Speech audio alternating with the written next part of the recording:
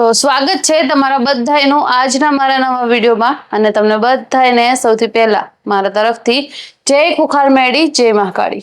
તો આજે આપણે એક એવા ભક્ત વિશે વાત કરવાના છીએ જે કે ભક્ત તો પાછળથી બન્યો કહેવાય એ માણસ, પણ આપણી જે ખુખાર મેળીને આપણે આટલું માન આપીએ છીએ, માતાજી વિશે કોઈ ખરાબ બોલી જાય તો આપણો આ મગજનો પારો અદ્ધર જતો રહે છે। એમના વિશે આપણે કોઈ જ ખરાબ શબ્દ સાંભળી શકતા નથી।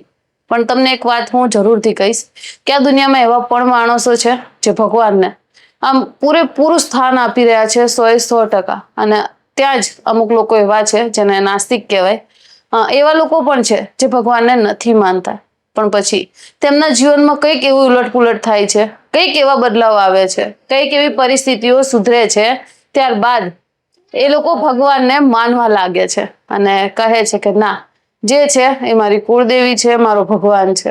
તો આજના વિડીયોમાં આપણે એ જ વાત કરવાના છીએ કે એવું તો શું હતું કે આ જે ભાઈ છે તે ભગવાન વિશે ખૂબ જ ઉલટું બોલતા હતા અને ભગવાનનું મતલબ થોડું પણ એ નહોતું એમને। આપણને તો કોઈક ભગવાનના નામે કંઈક કહી દે તો આપણે તરત વાતોમાં આવી જઈએ, ભગવાનનો આપણને ડર કેટલો છે। તો સામાન્ય માણસ તો મતલબ જે માણસ હશે ને એ ભગવાનને બહુ માનતો હશે, પણ અમુક હોય એવા જે ભગવાનમાં વિશ્વાસ નથી રાખતા અને શું એવો પણ માણસ એક દિવસ ભગવાનનો સૌથી મોટો ભક્ત બની શકે છે જે ભગવાનને માનતો જ ન હોય। તો આજે હું તમને એક એવા યુવક વિશે જણાવવાની છું જેનું તમે આખી સ્ટોરી સાંભળી કદાચ તમે પણ નહીં લખવા માંગતા હોય તે છતાંય કમેન્ટ બોક્સમાં જય ખુખાર મેળી લખવા પર મજબૂર થઈ જ જશો। તો આ જે યુવક છે તે ભગવાનમાં જરા પણ વિશ્વાસ નહોતો કરતો, ઘરે બધા જ પૂજા કરતા, મંદિરે જતા, પણ તે હંમેશા કહેતો કે આ બધું અંધશ્રદ્ધા છે, આ બધું કાંઈ જ નથી હોતું અને ઘણી વખત તો ભગવાન વિશે તે અપમાનજનક જે શબ્દો હોય તેનો પણ ઉપયોગ કરી લેતો હતો, જેમ મન ફાવે તેમ બોલી લેતો હતો, પણ તેને પરિવારના લોકો સમજાવતા કે એ આવું બધું ન બોલે, કેમ કે આવું બધું બોલવું ક્યાંક ને ક્યાંક તેના કર્મોમાં લખાઈ રહ્યું છે કે આ શું કરી રહ્યો છે। એ વખતે તો માણસને ભાન નથી હોતી કે તે શું કરી રહ્યો છે, પણ અમુક સમય એવો આવે છે ને પછી આપણને ખુદને પછતાવો થાય છે કે એ સમયે મને ભાન નહોતું અને હું બેભાનીમાં આ શું બોલી ગયો।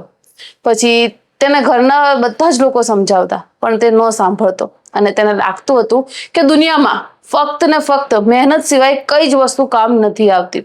ક્યાંક ને ક્યાંક આ વસ્તુ સાચી પણ છે કે મહેનત જરૂરી છે, પણ આપણે ક્યારેક દવાખાના જોયા હશે, ક્યારેક આપણી મહેનત જોઈ હશે, પણ આ બધી જ જગ્યાએ આપણા મોઢા ઉપર શું આવે છે કે દવા બી કામ આવે, દુઆ બી કામ આવે અને ક્યાંક જગ્યાએ આપણા કર્મો પણ કામ આવી જાય છે।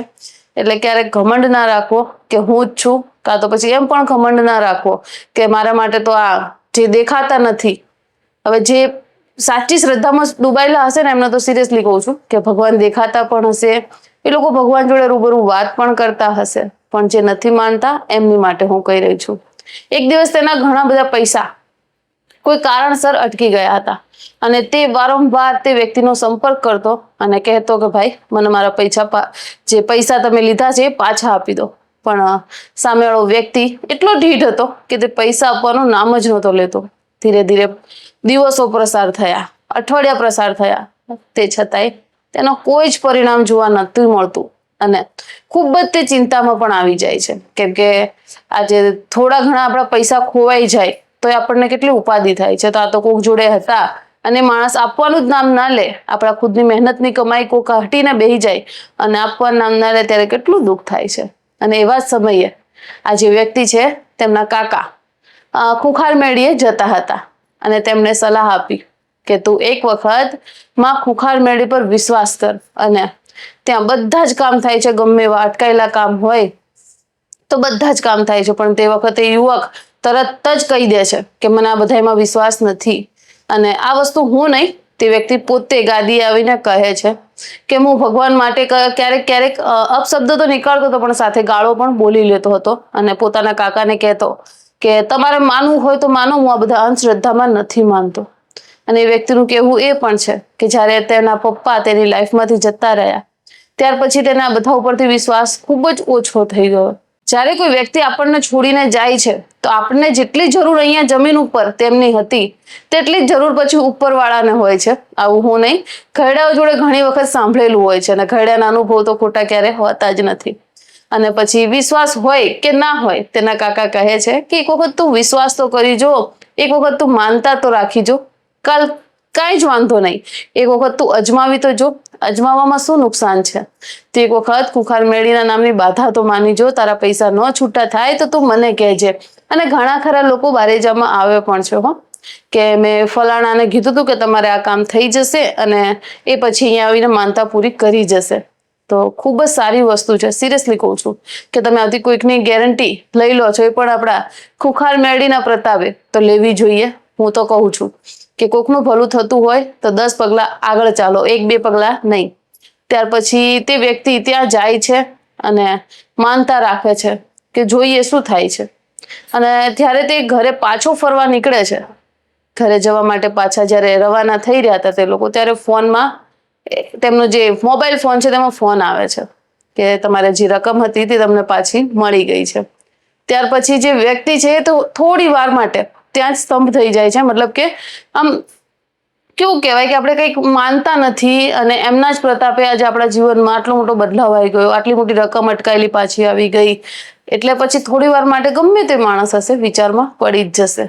અને આ ભાઈના તો અટકાયેલા રૂપિયા પાછા આવ્યા હતા, જેનો કોઈ જ રસ્તો નહોતો કે આ રસ્તે તેમને રૂપિયો પાછો મળવાનો છે. પણ આપણી ખુખાર મેળી હજારો હાથ વાળી અને અમુક વખત કુળદેવી પણ આપણા કામ કરી જતા હોય છે. એટલે જ હું દર વિડીયોમાં કહું છું કે કુળદેવી પહેલા. તો આ ભાઈને પૈસા જે હોય છે તે પાછા આવી જાય છે. ત્યારબાદ તે પોતાના કાકાને કહે છે કે મારી જે રકમ હતી તે મને પાછી મળી ગઈ છે. ત્યારે તમે વિચાર કરો કે તે કાકાને પણ કેટલું સારું લાગ્યું હશે કે ચલો મારા ભત્રીજાના પૈસા તો પાછા આવી ગયા, પણ મારી માં ખુખાર મેળીએ લાજ પણ રાખી. અને એવી જ રીતે માં ઘણા બધાની લાજ રાખે છે, ઘણા ખરાને એવી મનોકામના પૂર્ણ કરી છે. આજે માતાજીની ગાદી કેટલા સમયથી થાય છે. જે ભાડાના મકાનમાં બેસી અને માતાજીના પ્રવચન સાંભળી રહ્યા હતા તે આજે પોતાના ઘરમાં જતા રહ્યા છે. જે ભાડાના વ્હીકલમાં એટલે કે ભાડાની ગાડીઓ લઈ અને ખુખાર મેળીએ જતા હતા તેમના જ પોતાની ગાડીઓ થઈ ગઈ છે. એટલે માતાજીએ ખરેખર બધાના જ ઘરે લીલી ગાડી લીલી વાડી કહેવાય ને, બધું જ કરી દીધું છે. એટલે હું તો ખૂબ માનું છું, પણ જોડે હું મારી મહાકાળીમાં છે તેમને પણ ખૂબ માનું છું. તો બસ મારી તો આટલી જ ખાલી કહેવાનું રહે છે કે તમે પણ આ વિડીયો આગળ શેર કરો, તાકી જેને પણ જરૂર હોય તે આ વિડીયો જુએ અને માતાજી સુધી તેમની અરજ પહોંચે. કેમ કે આજે ઘણા બધા એવા જરૂરિયાતમંદો છે જેમને ખરેખર માં ખુખાર મેળીની જરૂરત છે, પણ સગવડ ન હોવાને કારણે તે બારેજા ધામમાં માતાજીની ગાદી સુધી આવી શકતા નથી. તો આપણે એક એવો પાત્ર બનીએ કે કોકનું દુઃખ તો ઓછું નથી કરી શકતા, પણ એને એક રસ્તો બતાવીએ કે તું આ રસ્તે જા તો તને કાંઠા થોડા ઓછા અનુભવાશે. અને એ રસ્તો આપણો છે માં ખુખાર મેળીનો. તો બને તો આ વિડીયો શેર કરજો. બાકી ઉમ્મીદ કરું છું કે તમને મારો આજનો આ વિડીયો પસંદ આવ્યો હશે. મળીશું નેક્સ્ટ વિડીયોમાં ખૂબ જ જલ્દી. ત્યાર સુધી તમને બધાને મારા તરફથી જય માં ખુખાર મેળી, જય મા કાળી, રાધે રાધે.